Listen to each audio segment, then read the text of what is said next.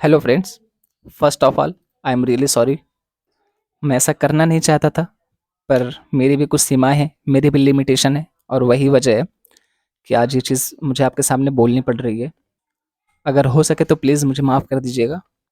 I tried a lot, बहुत कोशिश की मैंने, पर हो नहीं रहा है, मैनेज नहीं हो पा रहा है। आज से आप लोग को गुड मॉर्निंग सुबह 10 बजे सुनने को नहीं मिलेगा, यानी कि अब से इस पर द हिंदू एडिटोरियल एनालिसिस नहीं देखने को मिलने वाला है आपको। अब जो स्वाभाविक सा सवाल आपके मन में आएगा, उसका यही कि सर इसके पीछे की वजह क्या है? क्यों नहीं आ रही है वीडियो? क्या दिक्कत हो रही है? सर प्लीज़ बंद मत करो। तो अगर हम उसके जवाब की तरफ जाएँ, तो देखिए वजह तो बहुत सारी हो सकती हैं, पर मेरी नज़र में वो सब बहानेबाज़ियाँ हैं। अगर हम नॉर्मली वजह की बात करें, तो हमारे पास कोई टीम क काम नहीं करती है। दूसरा, अभी तक मेरे पास वाईफ़ाई कनेक्शन नहीं है, जो मोबाइल का 1.5 जीबी डेटा मिलता है हर दिन। उसी 1.5 जीबी डेटा से मैं आपका वीडियो बनाता हूँ, अपलोड करता हूँ, अगर कुछ आर्टिकल सर्च करना है तो वो करता हूँ, इमेजेस डाउनलोड करता हूँ, मतलब जो भी करना है, उसी 1.5 जीबी डेटा पे मैं करता हूँ। उसके अलावा टाइम भी बहुत ज़्यादा लग जाता है, 5 से 6 घंटे के आसपास लग जाता है। क्योंकि आप देखेंगे ना द हिंदू का जो एडिटोरियल है वो इतना ईज़ी भी नहीं होता है। पहले उसको पढ़ो, समझो और उससे जुड़ी चीज़ें सर्च करो, फिर उसको पीपीटी में बनाओ। अब ऐसा तो है नहीं कि जो कटिंग लगाता हूँ उसी को एक्सप्लेन करके बता देता हूँ कि इसका ट्रांसलेशन क्या होगा हिंदी में। फिर वो चीज़ें पीपीटी तैयार करने में बहुत टाइम लगता है। अगर आपको यकीन ना हो तो एक बार आप ट्राई करके देखना। और उसके बाद भी मैं सैटिस्फाई नहीं होता हूँ। मुझे लगता है कि जितना मैं दे सकता था इस वीडियो में, जितना मैं समझा सकता था, जितना पढ़ा सकता था, उतना मैं बता नहीं पाया हूँ। उसके पीछे वजह ये है कि कई बार टेक्निकल इश्यू हो जाते हैं, कई बार वीडियो लेट होने का डर मेरे दिमाग में चलता रहता है कि वीडियो लेट ना हो जाए, वीडियो लेट ना हो जाए।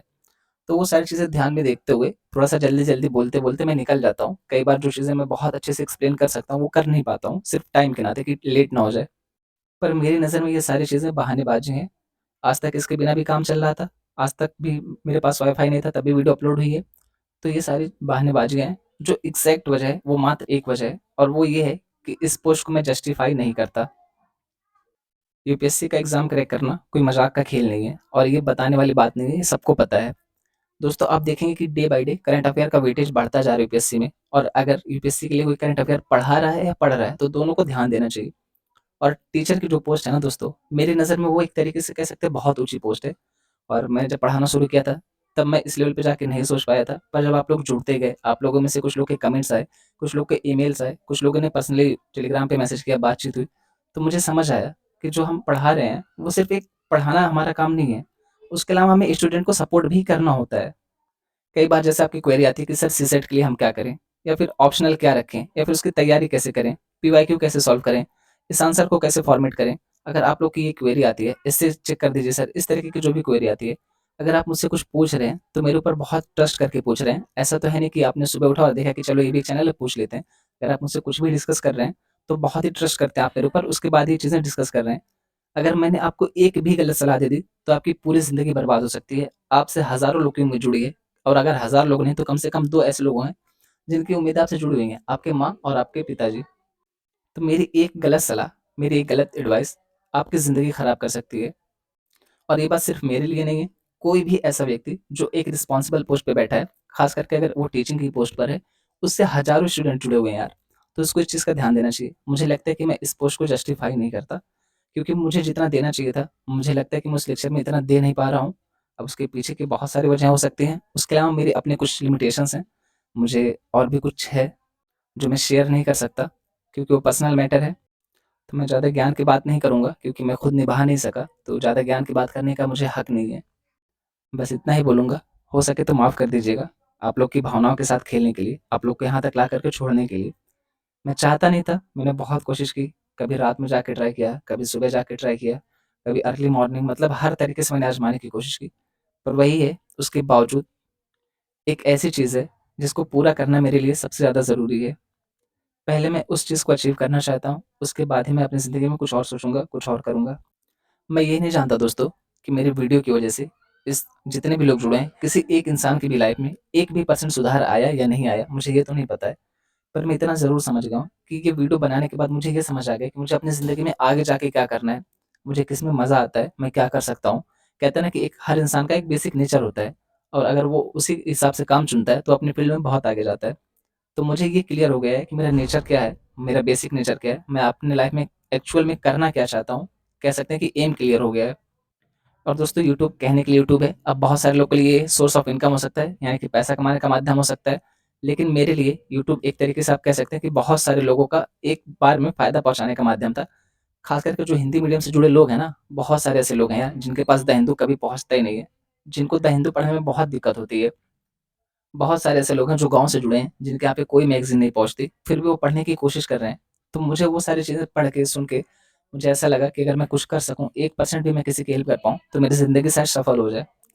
कहने के लिए यूट्यूब है, पर सच यही है कि ज़िंदगी में आप कभी भी कोई भी काम करिएगा, ये मेरी सलाह इसीलिए है क्योंकि मैं अपने काम में फ़ेल हो चुका हूँ, इसलिए बता रहा हूँ। अगर ज़िंदगी में कुछ भी करना है, कुछ भी ए टू ज़ेड, चाहे जो आप करिएगा, उस काम को हमेशा प्रायोरिटी दीजिएगा। अगर आप ये सोच रहे हैं कि पहले आप ये काम कर लें और बी नाम का जो काम है, इसको आप सेकेंडरी रख रहे हो, तो ये वाला काम कभी ज़िंदगी में नहीं होगा। और यही वजह है कि मुझे यूट्यूब छोड़ना पड़ रहा है क्योंकि मैं इसको सेकेंडरी समझ के कर रहा था। मेरी प्रायोरिटी ये नहीं थी, मेरी प्रायोरिटी कुछ और थी और यही वजह है कि मुझे यूट्यूब छोड़ना पड़ रहा है। सिंपल सी बात है यार, जिस काम को हम सेकेंडरी समझ रहे हैं यानी कि हम अपना 100% एफर्ट नहीं लगा रहे हैं, 100% कोशिश नहीं कर रहे हैं और अगर हम अपने तरफ से 100% नहीं दे रहे हैं, तो फिर रिज़ल्ट 100% कैसे मिलेगा? सिंपल सी बात है।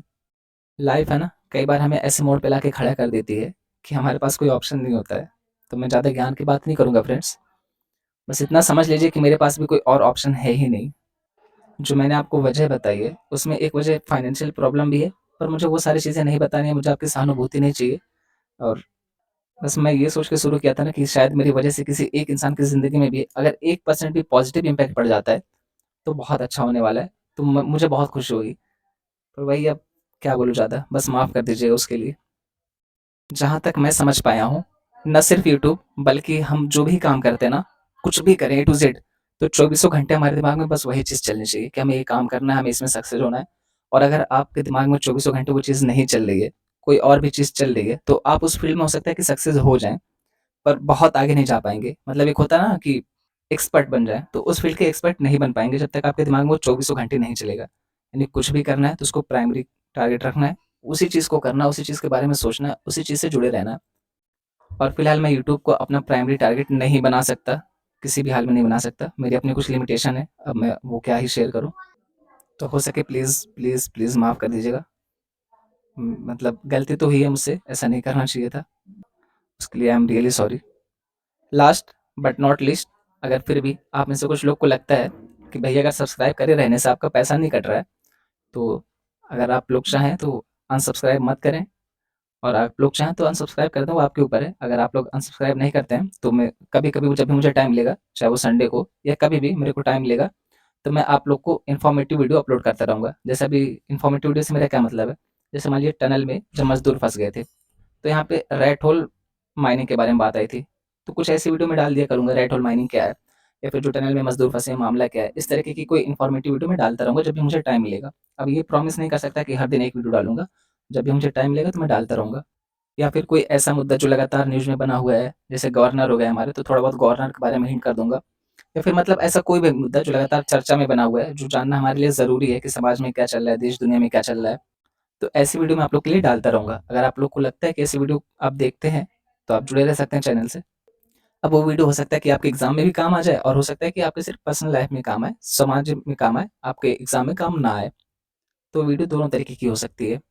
और कभी-कभार मैं मोटिवेशनल वीडियो भी डाल दिया करूँगा आप लोग के लिए। अगर आप लोग को लगता है कि बहुत लो फ़ील हो रहा है, तो हफ़्ते में 1 आध बार या जब भी टाइम मिलेगा, तो 1 आध मोटिवेशनल की वीडियो भी डाल दिया करूँगा। अब वो आप लोग के ऊपर है, अगर आप लोग को लगता है कि भाई इस चैनल से नहीं जुड़े रहना है, आपका prime target the Hindu editorial ही था, तो कोई बात नहीं, अनसब्सक्राइब कर दीजिए, क्योंकि मैं तो उस चीज़ से पीछे हट ही चुका हूँ।